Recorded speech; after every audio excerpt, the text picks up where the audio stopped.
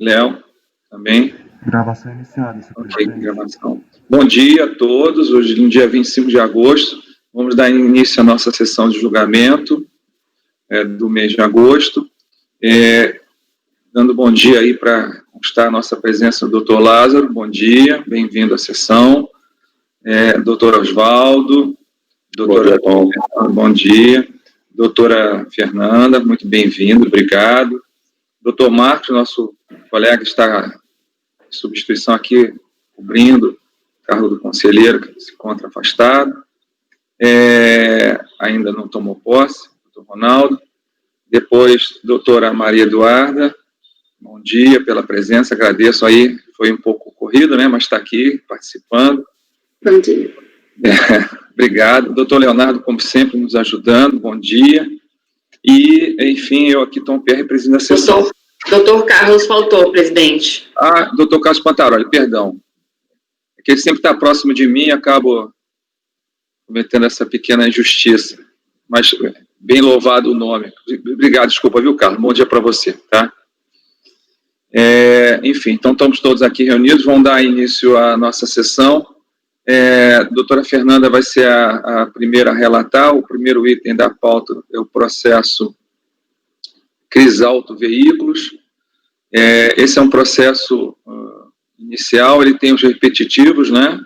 É o principal. Os repetitivos estão no item da pauta 2, 3, 4, 5, 6, 8, 7, 8, 9, até processo 59. 50, justamente. Então, o 2 a 59 são os repetitivos, né? E o principal, o paradigma da pauta, o item 1 da pauta. Então, eu vi que tem uma mudança no nome, começa Crisalto Veículos, depois Danton Veículos. Pois é, a gente não tem acesso a isso, mas provavelmente a empresa ou foi para Crisalto ou mudou para Dalton. Isso daí foi do lote, a gente não tem como olhar o motivo. É daqui de Salvador, as duas. O recurso voluntário é igual. Mas a empresa identificada, né? Está correto, certo, Fernando? A princípio tá, isso aí não mexe, isso aí foi o lote repetitivo que foi montado. Isso, tá bom. Está correto, então, tá?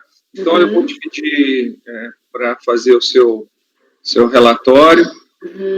Essa empresa, deixa eu confirmar, não tem sustentação, né? Nós hoje só temos 3 processos: a Telecom, a Companhia Leste e a CPW, né? E, enfim, 2 são videoconferências, do Dr. Leonardo, Companhia Leste, a Dr. Lázaro também vai ter, o advogado vai intervir diretamente. No meu caso, vai ser uma vídeo, tá? Então, fica com a palavra, doutora Fernanda, por favor. Okay.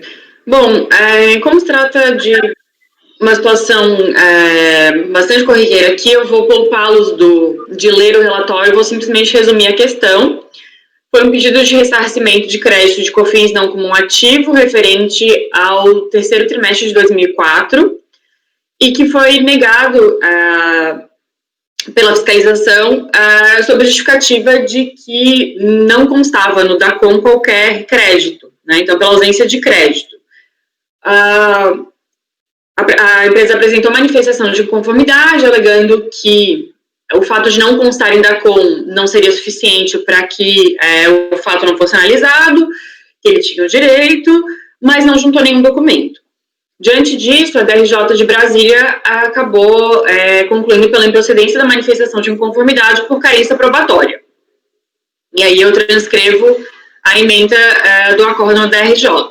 Né? E resignada, a empresa apresentou recurso voluntário, alegando que faz jus ao recurso voluntário diante do disposto do artigo 19 da Lei 11.033 de 2004, que a DRJ inovou ao negar provimento à manifestação de inconformidade por carência probatória, uma vez que o despacho decisório negou o provimento com base em motivação diversa, que foi a não retificação de DACOM, o que representaria cerceamento de defesa da empresa, e que as notas fiscais mencionadas pela DRJ encontram-se à disposição da fiscalização, bastando que a empresa seja intimada e ou que seja realizada diligência para que as mesmas sejam entregues para avaliação, não sendo este motivo razoável para negar provimento ao direito pleiteado.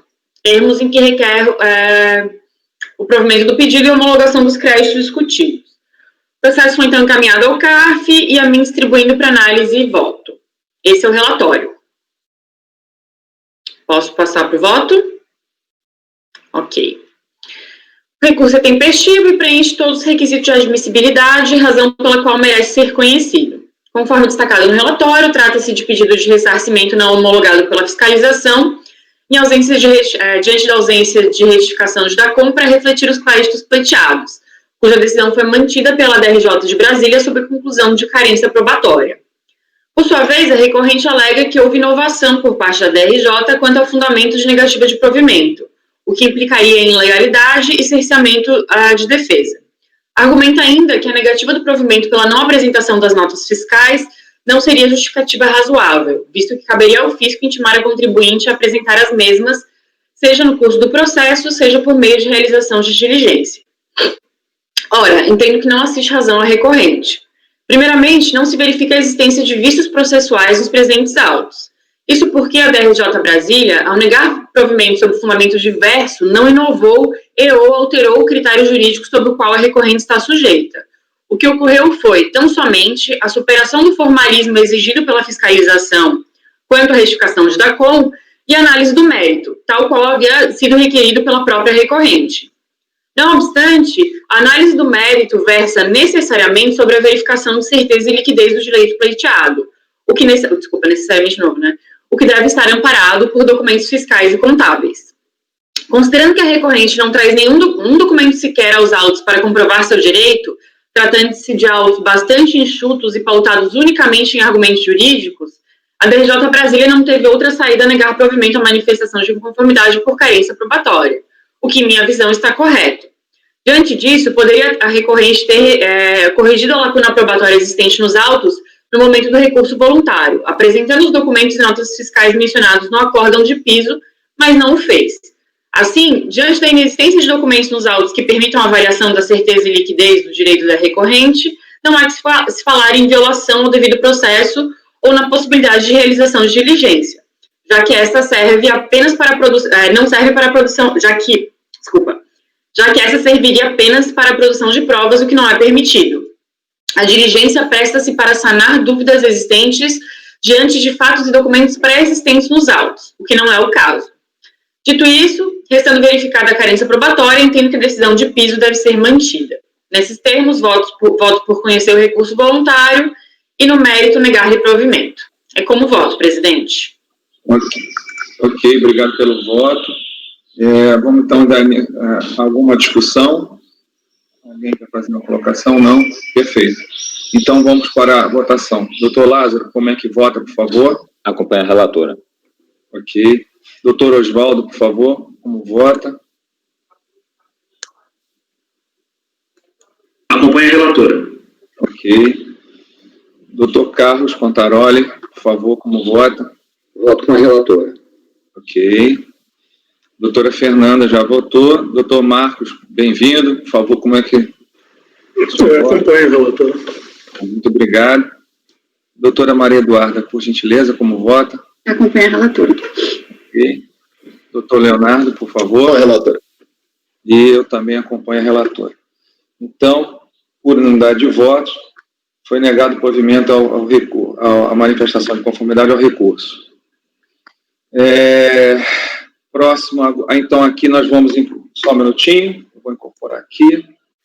Então, já com isso nós eliminamos aí da pauta nesse julgamento, o item 1 até o item 59. 59.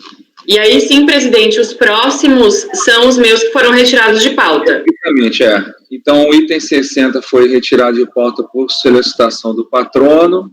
E ele era paradigma. E puxava com isso os processos 61 até 68, né, doutora Fernanda? Isso. E agora a doutora Fernanda entra com outro paradigma, do item 69 da pauta, que é a empresa Raia Drogazil Sociedade Anônima, que serve também para os processos repetitivos da pauta 70 até 81. Perfeito? Isso. Então, uma vez que já estamos com com o andamento correto. Eu vou dar a palavra novamente à doutora Fernanda, com muito prazer. Por gentileza, pode prosseguir com o julgamento, por favor, doutora. Bom, se trata também de declaração de compensação de COFINS, em que o despacho decisório não homologou, diante da conclusão de que o limite do crédito analisado não seria suficiente e que já teriam sido localizados um ou mais pagamentos abaixo relacionados que utilizaram 100% do crédito disponível. A empresa, então, apresentou a manifestação de inconformidade e documentos que amparassem, informando que tinha retificado DACOM e DCTF e que, portanto, o que teria acontecido teria sido o não conhecimento pela DRJ, pela fiscalização dos documentos retificados e, por isso, então, essa confusão, essa conclusão de que não teria crédito a ser apurado. O caso, então, foi encaminhado para a DRJ de São Paulo, que concluiu pela improcedência da manifestação de inconformidade por carência probatória. Basicamente, o que foi afirmado é que a apresentação das retificadoras não seria suficiente para provar o direito. Em resignada, a empresa apresentou recurso voluntário, alegando em síntese que a retificação da DCTF entregue de forma espontânea, no prazo legal e seguindo as formalidades previstas, torna o valor apontado na declaração retificadora legítimo e faz prova a favor do contribuinte. Pelo que qualquer discussão sobre o montante da DCTF retificadora deveria ocorrer se e caso pela autoridade competente fiscalizadora, jamais pela DRJ sob pena de inovação. Aqui o que ela diz é que, na verdade, essas retificações teriam ocorrido antes da transmissão do pedido de compensação. Então, eles deveriam ter sido analisados e conhecidos como se fossem originais. E que a conclusão do acórdão recorrido de que o contribuinte deveria ter apresentado documentos que embasassem as declarações retificadoras estaria correta se tais retificações tivessem sido efetuadas para cancelar o despacho decisório, mas não são esses os fatos, posto que as retificadoras foram entregues antes mesmo da DECOMP. Por fim, como demonstração de boa-fé, junta explicações e planilhas sobre o cálculo dos créditos e cópias de documentos contábeis, no caso, livre-razão e diário geral. E aí o processo, então, foi encaminhado ao CARF, sendo a mim distribuído para análise e voto. É o relatório. Posso passar para o voto, presidente? Por favor, doutora. Diga. Recurso é tempestivo e preenche todos os requisitos de admissibilidade, razão pelo qual merece ser conhecido. Conforme destacado no relatório, trata-se de pedido de compensação não homologado pela fiscalização em razão de ausência de crédito disponível, cuja decisão foi mantida pela DRJ sob a conclusão de carência probatória. Por sua vez, a recorrente alega que a conclusão do acórdão recorrido de que o contribuinte deveria ter apresentado documentos que embasassem as declarações retificadoras estaria correta se tais retificações tivessem sido efetuadas para cancelar o despacho decisório, mas que não seria o caso, tendo em vista que as retificadoras foram entregues antes mesmo da DECOMP. Assim, entende que caberia à fiscalização adotar o mesmo procedimento dos pedidos amparados por DCTFs originais e, havendo dúvidas, questionando a empresa. Todavia, entende que a ausência de questionamentos por parte da fiscalização impediria a DRJ de se aprofundar sobre a questão por representar inovação processual. Ora, entendo que não assiste razão à recorrente. Primeiramente, não se verifica a existência de vícios processuais nos presentes autos, porque a DRJ São Paulo, ao negar provimento ao fundamento diverso, não inovou e ou alterou o critério jurídico. Aqui a situação é exatamente igual à anterior, né? O que ocorreu foi, então, somente uma análise mais aprofundada do mérito, principalmente diante do fato de que se tratou, em primeira análise, de despacho decisório eletrônico.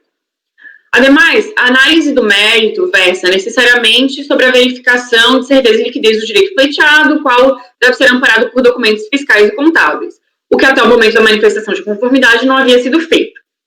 Por outro lado, deve-se reconhecer que, em sede de recurso voluntário, a recorrente corrige essa lacuna, trazendo memória de cálculo, explicações sobre as retificações realizadas em DCTF e DACOM, e apresenta cópias do razão contábil e do diário geral. Fato novo e que permite que se verifique se existe, então, essa certeza e liquidez no direito pleiteado. Diante disso, entendo necessário converter o processo em diligência de forma a permitir que a unidade preparadora analise os documentos juntados aos autos e, a partir deles, confirme a existência de crédito passível de utilização para a compensação requerida. Após isso, que a unidade dê ciência recorrente do resultado da diligência para querendo manifestar-se em 30 dias e, ao final, reencaminhe os autos ao CARF. É como voto, presidente. Então, basicamente, é a mesma situação do item anterior, só que aqui a diferença é que a recorrente sana a questão de carência probatória, trazendo aí explicações e documentos contábeis para serem verificados e o crédito apurado.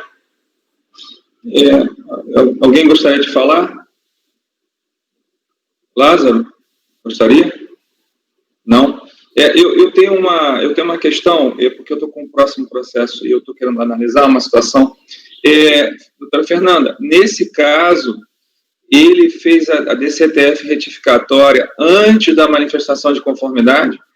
Sim, mas, na verdade, presidente, aqui eu entendo que isso é irrelevante ao caso.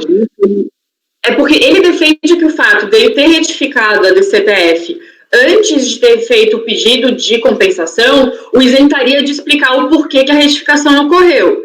Eu entendo que isso é irrelevante porque, independentemente da situação, todo pedido de crédito que não esteja explícito, ele tem que ser amparado por provas. Então, eu acho que esse argumento, ele não é válido, e tanto é que, mas é irrelevante para o caso porque, concordando ou discordando dessa análise, a recorrente traz os documentos no momento posterior. E como a turma tem um posicionamento flexível de aceitar as provas ao longo do processo, mesmo depois da manifestação de inconformidade... Tudo bem. Ok. Pode falar. Pode falar, que está cortando aqui o som, está picotando, Fernanda. O meu tá... Não, é só isso. Como a nossa turma tem essa visão de aceitar provas ao longo do processo, inclusive no recurso voluntário, eu entendo que aqui cabe uma diligência porque temos documentos a serem avaliados. E agora sim, a questão está bem instruída. Tá bom, ok. Obrigado pelo esclarecimento, está me ajudando aqui. Alguém tem mais alguma dúvida? Não? Então, vamos à votação. Doutor Lázaro, como vota? Acompanha a relatora. Perfeito. Doutor Oswaldo, como vota? Acompanha a relatora. Doutor Carlos Pantaroli, como vota, por favor? Com a relatora. Doutora Fernanda está votando. Doutor Marcos, por favor, novamente com a palavra. Acompanho. Perfeito. Doutora Maria Eduarda, como vota? Acompanha a relatora. Doutor Leonardo, como vota? Eu acompanho. E eu acompanho também a relatora. Então, por unidade de votos, nós tivemos transformado esse julgamento numa resolução para encaminhamento de diligência à unidade fiscalizadora para análise dos documentos, né, apostados. Muito bem. Então, com isso, nós fomos até processo... Só que eu andei aqui com a pau, doutora Fernanda, só um minutinho. Então, foi da 69, né, doutora Fernanda? Isso, até os 77. Até os 81, né? Não. É 77. Perfeito, doutora Fernanda, perfeito. Isso. Desculpa. Então, retificando, então, novamente, só deixar claro, 69, e depois os repetitivos 70 até 77. Ok? Obrigado. A senhora continua, né? Agora com... Sim, eu ainda tenho mais... 8 da pauta, Hospital Monumento Limitada. E só tem esse processo, né? Ok. Sim. Vamos lá, então. Item 78 da pauta, Hospital Monumento. Trata o presente processo de auto de infração lavrado contra contribuinte relativo à insuficiência de recolhimento de COFINS, abrangendo os períodos de apuração de... é o ano calendário de 97. Bastante antigo esse processo. Aqui, o que se foi declarado aqui é que teria sido, que o sujeito passivo ele não teria realizado os pagamentos exigidos de acordo com o que foi declarado em DCTF. Por outro lado, o que a empresa alega é que ela é um hospital que 100% da receita dele está relacionado ao SUS e que, portanto, o pagamento é feito pela União. E existe previsão legal para que, quando o pagamento é feito pela União, o COFINS tem que ser retido na fonte. Ele explica isso, ele traz a fundamentação legal e ele traz o comprovante de retenção que o Ministério da Saúde faz, só que naquela época, esse comprovante de retenção, ele colocava a retenção de todos os tributos. Isso inclui imposto de renda, CSLL, enfim, PIS, COFINS, e aí, com base nisso, a DRJ acabou julgando pela improcedência da impugnação fiscal. Na verdade, foi uma improcedência parcial, simplesmente para afastar multa de ofício, né, por retroatividade benéfica. Mas os termos do lançamento e o que está relacionado à suposta ausência de recolhimento de COFINS foi julgado improcedente. E resignada, a parte apresentou recurso voluntário, repisando os exatos termos da impugnação fiscal, e enfatizando que teria operado prescrição intercorrente em razão de ter decorrido um prazo de 16 anos entre impugnação fiscal e decisão da DRJ. Os autos foram encaminhados ao CARF, a mim distribuídos para análise e voto. É o relatório. Vou passar para o voto, ok? Por favor. Recurso é tempestivo, preenche todos os requisitos de admissibilidade, razão pela qual merece ser conhecido. Primeiramente, então, eu vou enfrentar a questão da preliminar de prescrição intercorrente, em que a recorrente alega ter decorrido um longo tempo entre a apresentação da impugnação, que foi em dezembro de 2001, e a publicação e intimação da decisão da DRJ, que foi em junho de 2017. Deve-se reconhecer, de fato, que a demora de quase 16 anos para julgamento de uma impugnação fiscal é censurável por afrontar os pilares do próprio processo administrativo fiscal, em especial o da duração razoável do processo, da razoabilidade e da segurança jurídica. Não obstante, deve-se ressaltar que os julgadores do CARF estão vinculados às súmulas emanadas por este Conselho, dentre elas a súmula 11, que afasta a possibilidade de aplicação de prescrição intercorrente. Nesses termos, a preliminar trazida pela parte deve ser rejeitada. Mas, de qualquer forma, fica aqui, né, o nosso 16 anos é um absurdo, né, mas vamos lá. Do mérito. Conforme destacado no relatório, trata o presente auto de infração relativo à insuficiência de recolhimento de COFINS, constatada por meio de auditoria interna nas DCTFs, quanto a créditos vinculados que seriam utilizados em compensação.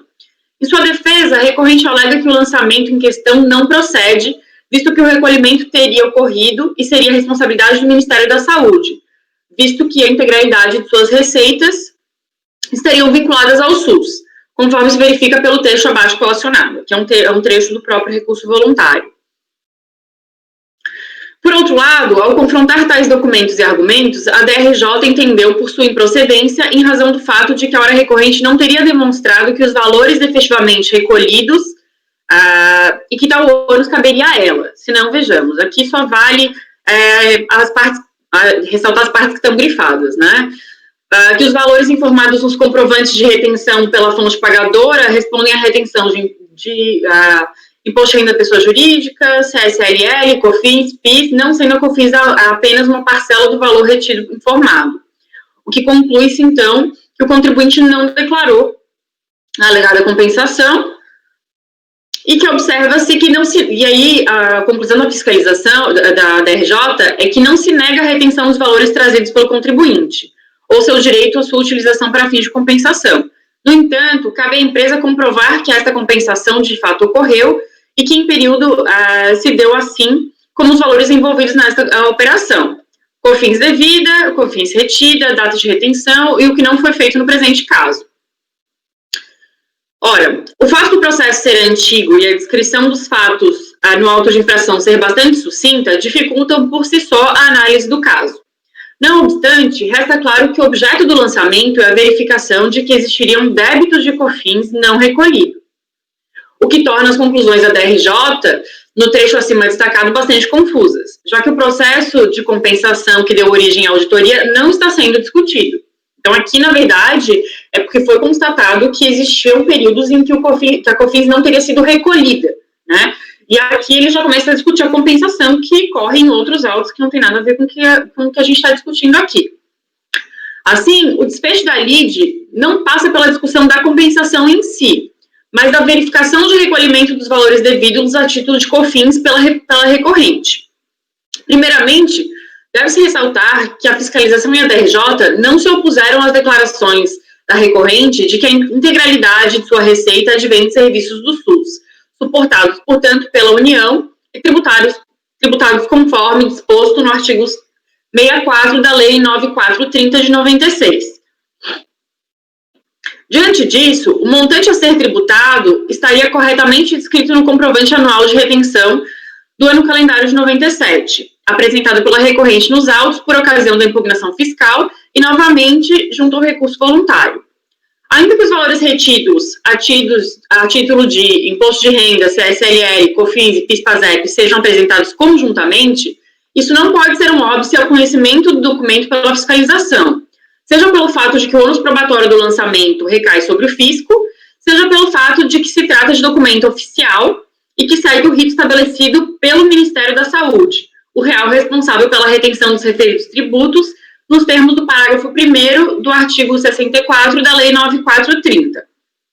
Ademais, o próprio artigo 64 discrimina como cada um desses tributos deve ser apurado para fins de retenção, de forma que bastaria a fiscalização seguir tais instruções para descobrir o valor total, segregando o que foi recolhido a título de COFINS e confirmando se houve ou não recolhimento em montante suficiente. Diante disso, em respeito ao princípio da verdade material e com vistas a se evitar eventual enriquecimento sem causa da União por cobrança do tributo em duplicidade, voto pela conversão do julgamento em diligência a fim de que a unidade preparadora verifique, a partir do comprovante anual de retenção do ano calendário de 97 e com base nas regras do artigo 64 da lei, desculpa, faltou ler aqui, 9430, se houve retenção na fonte dos valores relativos a COFINS, que intime a recorrente do resultado da diligência para querendo manifestar-se em 30 dias sobre a questão, e ao final reenvia os autos ao CARF de forma a dar prosseguimento ao julgamento. É como voto, presidente. Agradeço seu voto, colocado em discussão. Alguém gostaria de fazer uma colocação? Não há. Doutor Oswaldo? Só um minutinho, eu estou falando aqui no final da... Se vocês olharem nos autos, vocês vão verificar que essa declaração da retenção, ela vem em um documento oficial que até é como se fosse um extrato bancário. Então, na verdade, não é que a contribuinte deixou de apresentar uma informação na forma correta. O documento oficial é esse mesmo. A minha sugestão, eu concordo com a diligência, só não sei se o que vocês acham de só alterar um pouquinho essa redação final para que, na verdade, que esse item 1 é para que a unidade preparadora ela verifique a existência de saldos devedores nos períodos, levando em consideração, aí sim, levando em consideração os valores retidos de COFINS que constam do comprovante anual de retenção do ano calendário 97. É porque, na verdade... É redundante, mas... Não, eu acho que assim, acho que a gente pode falar da questão dos saldos, só que a questão é que, eu não tenho como dizer que realmente teve recolhimento de COFINS. Por quê? Porque você vai ter duas planilhas nesse comprovante. Uma é do que foi o valor a ser pago e o outro do que foi retido. Então, o que acontece é que, assim, aqui vai ser uma conta de subtração. Se eu tinha que reter tanto e eu vou ver, né, eu vou chegar à conclusão de se o COFINS, se tinha saldo suficiente para que o COFINS devido ou não. Mas eu não tenho como dizer que o que está lá realmente foi retido, porque talvez tenha sido retido a menor, e com isso aí talvez a fiscalização tenha razão em lançar o tributo que ela quisesse, porque não está discriminado. É porque, pelo que a DRJ falou, teve compensação, né? Teve um pedido de compensação. Então, é isso, eu acho que deveria ser levado em conta até isso aí, essa questão da análise da compensação, só para não ficar, de repente, voltar um processo em dúvida, porque se a fiscalização, de repente, te apresenta como resposta, foram retidos os valores tais, conforme comprovante anual de retenção. Eu ainda vou ficar na dúvida, quando isso voltar, se esses valores não foram utilizados em compensação. Então, não haveria nada a abater. Então, se a gente faz o pedido para a unidade preparadora verificar qual o saldo devedor, porque já foi feita a fiscalização, que identificou que nos períodos tais existe o saldo devedor e lançou isso em auto de infração. Aí ele alega, não, eu não tinha esse saldo devedor porque eu tive retenções. Então, eu tenho COFINS a deduzir. Então, na verdade, o que a unidade tem que fazer é rever esses saldos devedores que a fiscalização apurou inicialmente, só que agora levando em consideração o comprovante anual de retenções, para fazer e eventualmente até se esse valor for utilizado em compensação ou não, a gente pode colocar isso, pode não colocar. Eu sugiro, assim, a questão dos saldos, ok, mas eu acho que a questão da compensação é outro processo, isso não corre, e se vocês recordarem, no mês passado, teve um processo meu, em que tinha um auto de infração contra a empresa, em que ela foi condenada, e que ela recolheu os valores relativos àquilo, e ela pediu compensação, e aí vocês falaram, não, lançamento é uma coisa, compensação é outra. E você foi o que puxou esse debate de que, assim, o que está lançado não tem nada a ver com a compensação. Por isso que uma coisa pode ser paga e a gente não está falando do mesmo crédito. Então, assim, me parece que se a gente colocar aqui essa questão da compensação, a gente vai estar fazendo o oposto do que você defendeu no mês passado e que eu acabei concordando. Então, assim, até eu entendo que a compensação não deve fazer parte dessa análise. Mas aí fica a cargo de vocês. Eu aceito... Deixa eu só falar o que é que eu falei, expliquei nesse processo da sessão passada. Lá eram duas coisas separadas. Lá haveria uma fiscalização que glosou créditos e o contribuinte informou um saldo credor, e dessa glosa a fiscalização chegou à conclusão, certa ou errada, de que não apenas não haveria saldo credor, o que influenciaria na compensação, como também haveria saldo devedor, o que geraria um lançamento por auto-infração. E isso foi em 2 processos. Aqui é uma outra situação. Não, aqui também é saldo devedor.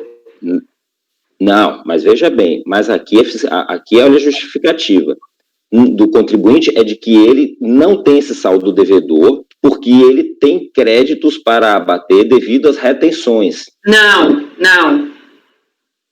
a compensação era relativo, ele ia usar em relação a outro processo, e aí avaliando essas DCTFs ele trouxe, mas o que ele está dizendo aqui é que o crédito dele não, o que ele não está tentando compensar, o que ele está dizendo é que as retenções daquele período eram suficientes para sanar o saldo devedor. Sim, mas é isso. Então não tem compensação se esses saldos que poderiam ser abatidos e que aí não existiria mais esse saldo devedor que foi lançado, se esses créditos das retenções foram usados em processo de compensação, aí não existe mais o crédito. Então, mas isso daí está na auto-infração, Lázaro, isso não está na justificativa. Aí é uma questão até, tipo, do lançamento, a gente não pode inovar aqui, eu não posso negar o provimento por uma questão que não foi trazida antes. O auto-infração não traz, isso é uma discussão que a DRJ traz e que não tem a ver com a auto-infração. Não, mas veja bem, se o auto de infração, se a fiscalização foi fazer a apuração, verificou que os saldos, que as retenções foram utilizadas em compensação e por esse motivo não levou em conta na apuração do crédito, na apuração do saldo final do período, isso tem influência. Então, isso, talvez o fiscal não tenha explicitado, não sei, eu não abri o processo, não estou olhando o processo. O presidente Oswaldo e o Marcos querem falar. Mas era isso.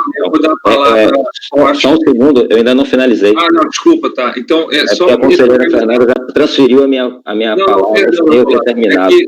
Desculpa. Não, tudo bem. Desculpa, não quis transferir, só por uma questão de ordem. Então, o senhor finaliza com toda tranquilidade, porque senão a gente vai ficar... a gente sai do looping, né? Que é normal, salutar, e eu estou aprendendo muito com os dois. Agradeço, inclusive. Mas uma questão de ordem, vou permitir o senhor terminar o raciocínio. A doutora Fernanda, acredito que já expôs. Acho que por ordem é doutor Oswaldo, depois doutor Marcos. Pediram a palavra, tá bom? Ok? Pode continuar, por favor, doutor Lázaro. Se quiser iniciar, por favor. Não, era só para realmente colocar essa questão, dizendo que, eventualmente, eu acho que, já que vai ser baixado em diligência, eu acho que não comprometeria, inclusive que o argumento é de busca da verdade material, é o argumento utilizado para se baixar em diligência, acho que faria parte da busca da verdade material, verificar como foi utilizado, se é que eventualmente foi utilizado. Pode ser que a fiscalização chegue à conclusão, essa compensação que está sendo trazida aqui, não sei se foi trazida pela fiscalização pela DRJ, ela não tem nada a ver com os saldos, com as retenções feitas pelo SUS, e essas retenções realmente têm que ser batidas. Como pode ser que ela verifique, essas retenções já foram utilizadas para compensação. E aí não tem nada a debater o saldo credor, realmente, o saldo realmente é devedor e o lançamento está correto. Era só para justamente nesse afã de buscar a verdade material, só verificar. Apenas só isso, já que vai baixar a diligência, mas estou satisfeito. Tá bom, obrigado, agora está esclarecido. Então, doutor Lázaro, tem um complemento de informação nessa baixa diligência, uma nova informação, e a doutora Fernanda, pelo que eu entendi, acha que isso seria uma inovação dentro do processo. Perfeito. Doutor Oswaldo, por favor, com a palavra. Só, na verdade, paralelo a esse assunto, só se não seria interessante colocar no item 1, para também a unidade preparadora quantificar o valor devido a título de COFINS para fazer esse abatimento. Porque, tudo bem, lançou tudo, né? Mas aí também a gente precisa saber se comparar um com o outro, fazer aquele relatório circunstanciado e tal, para não voltar e falar assim, devia tanto. Aí tá, mas e aí, pagou quanto? Para ter tudo certinho, só para não ter que fazer conta depois. É só isso. Doutora Fernanda, Concordo, faz sentido. Então, em relação ao doutor Oswaldo, não haveria aí uma celeuma, né? Seria só um complemento em cima do item 1. Então, continua a questão do doutor Lázaro. Com a palavra, doutor Marcos, por favor. Bom dia, obrigado. Eu não discordo dessa complementação que o Lázaro falou, ou que o outro colega colocou ali também.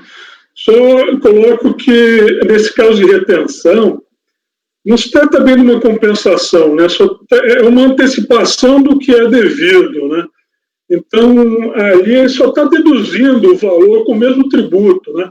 Não tem nenhum processo de compensação vinculado, no caso, né? A diligência seria mais para verificar ali o valor da COFINS que está incluído ali, né? Naquele valor que foi retido e ver se procede, né? O valor retido, né? É só isso. Ok. Alguém gostaria mais de fazer alguma... Doutora Fernanda, por favor. Eu só queria fazer um esclarecimento de fato, que talvez não tenha ficado claro. Acho que o conselheiro Marcos falou corretamente. O que aconteceu foi que, a princípio, houve um pedido de compensação da empresa e, quando ela foi fazer esse pedido, em autos apartados, que não está nem mencionado aqui, a gente não tem nenhuma informação sobre esse processo, na análise das DCTFs, a fiscalização teria verificado que existia um saldo devedor em aberto. E aí é que se motiva o lançamento. E aí, tudo que o Marcos falou, que o Oswaldo falou, é bem isso. Só que, assim, o que eu entendo é que lançamento, ele é muito mais estrito do que um outro tipo de processo. E aqui, se não está sendo discutido pela fiscalização essa questão do que aconteceu na compensação, não cabe a mim fazer isso agora. Até porque a possibilidade ou não de compensação e a existência ou não de crédito vai ser discutido nos autos da compensação, que a gente não tem nenhum conhecimento aqui, então eu não tenho nem como apurar. E aí, o que trouxer de diligência, eu não tenho nem como apurar, ou eu não sou obrigada a aceitar a diligência, só que eu não vou ter nenhuma condição de analisar o resultado da diligência de forma separada, porque eu não sou relatora do processo de compensação. Então, assim, me parece que seria um equívoco a gente envolver esse outro processo junto. Só isso. Bom, então nós temos aqui a situação de manter a baixa diligência nos termos da doutora Fernanda, agora com um pequeno aditivo do Dr. Oswaldo, que parece que ela vai uma celeuma, e a questão do Dr. Lázaro, que é um aprofundamento da informação. O Dr. Oswaldo está levantando o dedo. Carlos, o Carlos está pedindo a palavra. Perdão, obrigado, doutor Carlos. Obrigado pela dica. Eu queria dar como sugestão, se o Lázaro, por exemplo, colocou que no retorno essa informação faria falta para ele, e se ela sobrar não faz diferença para a convicção dos outros, e eu achava melhor que fosse inserido isso, até porque na ementa da DRJ ela fala em compensação não comprovada, e então acho que esse excesso para Fernanda, na verdade, é indiferente para ela, mas pode atrasar o julgamento lá na frente, se cair uma nova dúvida no juízo de outro conselheiro. Então, minha opinião é que o que sobra aí não atrapalha o convencimento dos outros. Eu entendo, Carlos, mas infelizmente eu vou manter a minha posição, porque eu acho que a questão do lançamento e das inovações que a DRJ traz são questões complicadas. Não importa o que a DRJ fala, o que importa são os termos e os limites do lançamento fiscal. Então, eu não me sinto confortável em abrir espaço para discussão de uma questão que não faz parte do lançamento e que, portanto, está fora do escopo e até da competência desse processo. Então, enfim, se eu for vencida não tem problema, mas eu vou manter o meu voto com a adição da questão ali do relatório circunstanciado para quantificar o débito existente, conforme o Oswaldo sugeriu.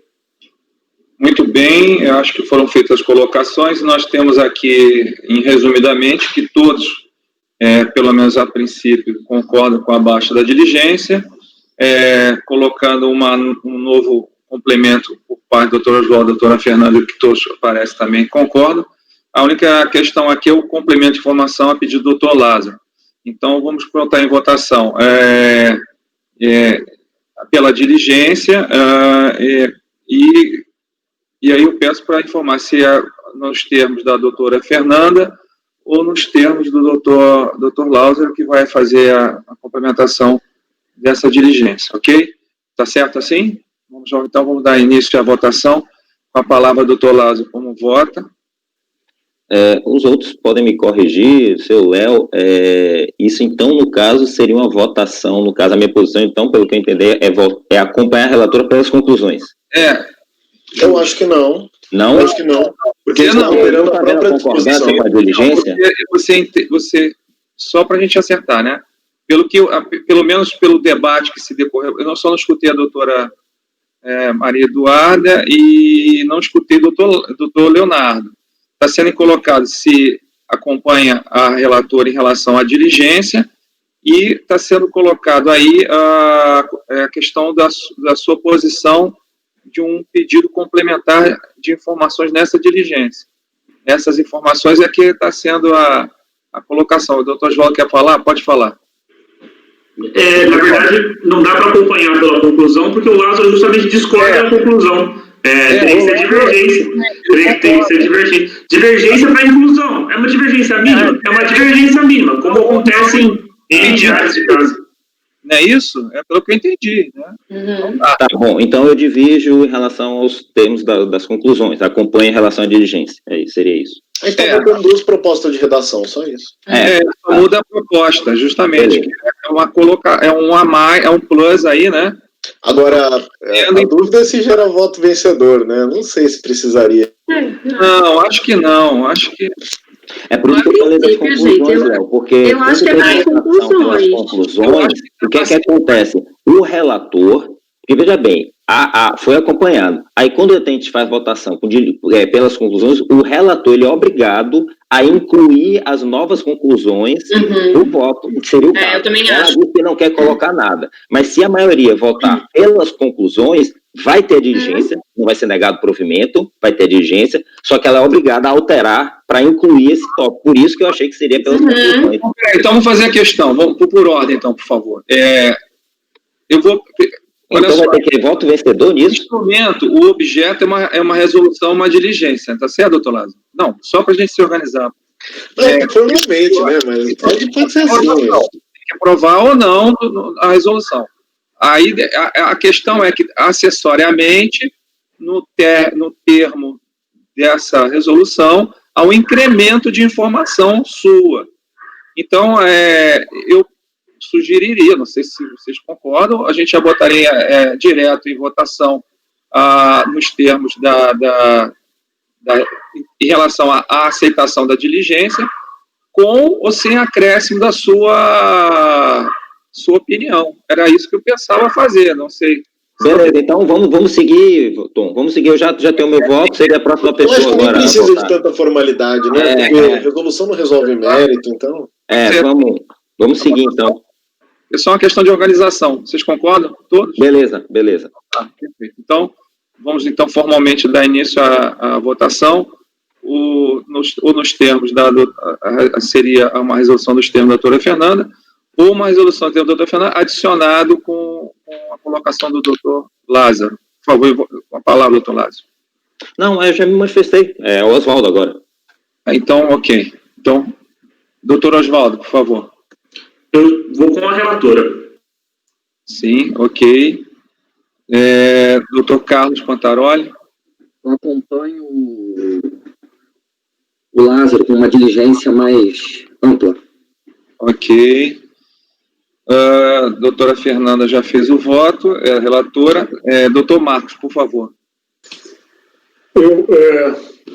Então, isso aí é uma antecipação do que é devido. Acho que não daria direito à compensação, restituição.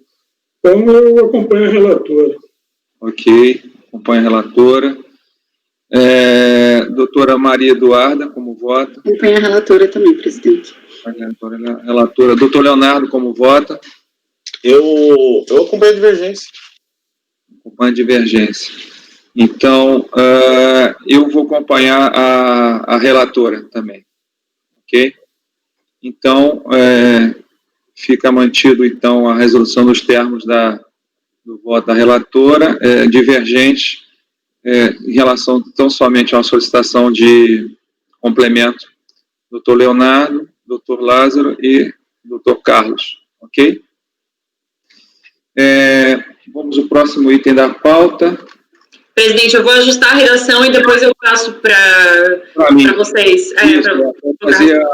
Para fechar, por favor. Ok. Uhum. Eu peço uma cópia para mim e para o doutor Carlos Pantaroli, que ele está me auxiliando muito, muito. E agradeço antecipadamente o auxílio também, como seu, e, enfim, doutor Leonardo. Você passar uma cópia para o doutor Pantaroli também, por favor. Claro. Uhum. Tá? Obrigado. Vamos em frente. Próximo item da pauta. Agora sim vai voltar a Drogazil, né, doutora Fernanda? Com a senhora também, né? Isso, vocês já estão cansados da minha voz, mas está quase. Não. Depois de fazer um intervalo para o café, não tem problema. Eu vou pedir a palavra, então, à doutora Fernanda. A senhora quer fazer um intervalo? Ou... Não, vamos lá. Não, às vezes a pessoa... Depois do debate, né, um certo exaure. Então, vamos nós. Dando continuidade à nossa pauta, a doutora Fernanda vai nos brindar com a sua palavra novamente no processo Drogazil, item 79 da pauta. Por favor. O 79, o 80 e o 81 são idênticos. Então, a gente pode julgar todos juntos. Perfeito. Tá? Então, já botei o 79 na pasta para facilitar. Então, vamos lá. Trato presente de uma declaração de compensação decorrente de pagamento indevido a maior. Né? O despacho decisório não homologou compensação diante de que teriam se localizados um ou mais pagamentos abaixo relacionados, integralmente utilizando esses créditos para quitação de débitos. A empresa, então, apresentou manifestação de conformidade, informando que teria a mesma situação daquela outra que a gente viu da droga raia, né? Que teria acontecido retificação de DCTF e de DACOM, e que aí a questão seria a análise do documento atual e não do documento original pela fiscalização. O processo foi, então, para a DRJ, São Paulo, que concluiu pela improcedência da manifestação de conformidade em razão de carência probatória, porque, apesar de terem sido apresentadas as retificadoras, não teria sido apresentado documentos que justificassem e nem explicação do que havia sido retificado. A empresa foi intimada eletronicamente da decisão em 24 de junho de 2011, conforme comprovante juntado à folha 49 dos autos, mas apresentou recurso voluntário apenas em 9 de novembro do mesmo ano. Então, aqui é uma questão de análise de intempestividade. E resignada, a empresa alega em recurso voluntário, em sede preliminar, que não foi intimada da decisão da DRJ, justificando a ausência da intimação no fato de que recebeu outras 35 intimações no período e que esta não entrou em sua caixa, apresentando captura de tela da caixa de entrada como meio de prova. Quanto ao mérito, defende que a retificação da DCTF entregue de forma espontânea no prazo legal, segundo as formalidades previstas, torna o valor apontado na declaração retificadora legítimo. Enfim, aqui é a mesma questão do outro, né?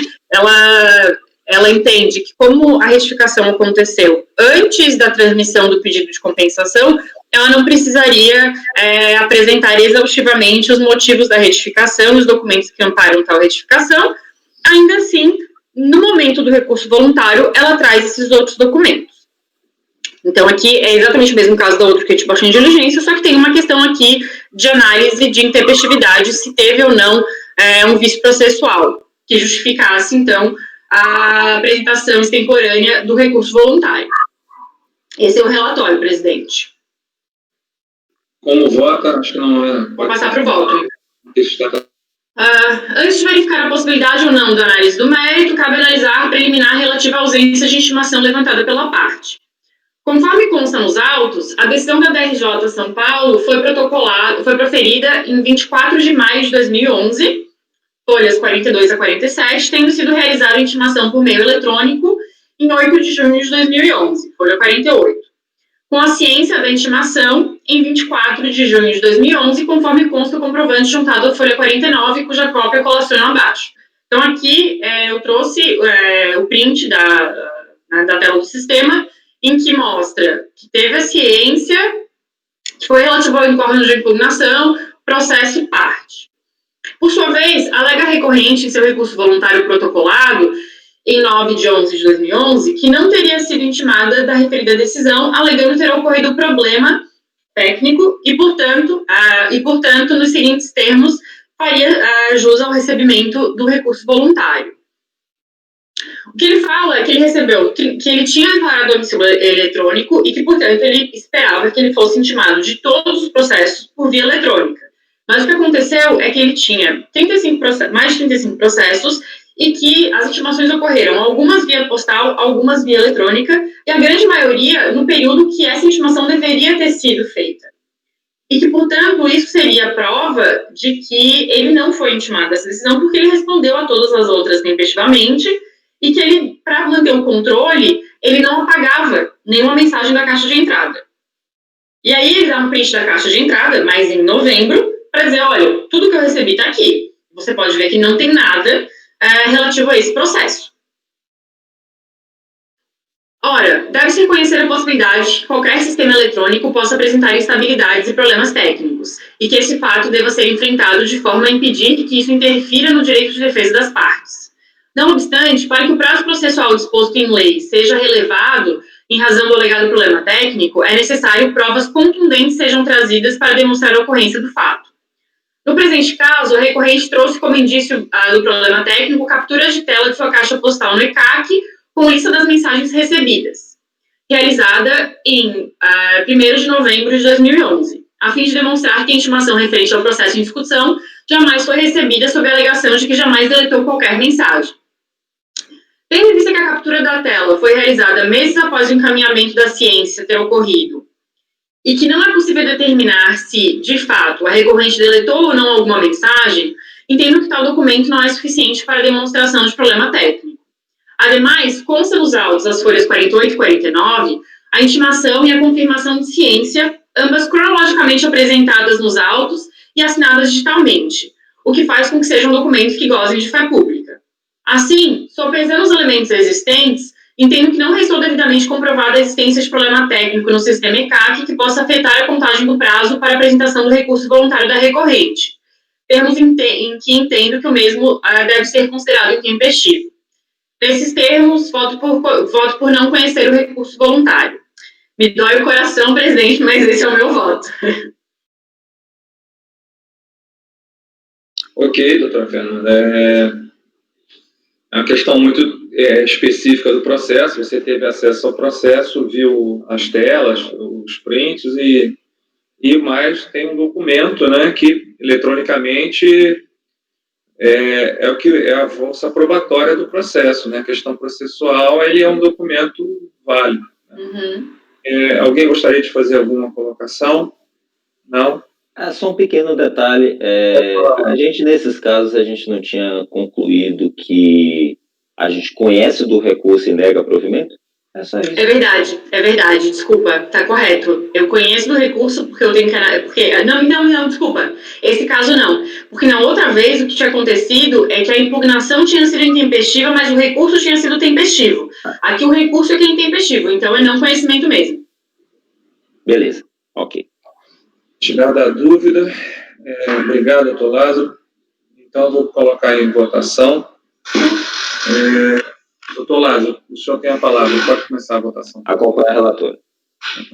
Doutor Oswaldo. Com a relatora. Doutor Carlos Pantaroli, por favor. Com a relatora. Perfeito. Doutor Marcos, por gentileza. Acompanhe. Obrigado. Doutora Maria Eduarda, por favor. Acompanhe a relatora. Obrigado. Doutor Leonardo. Com a relatora.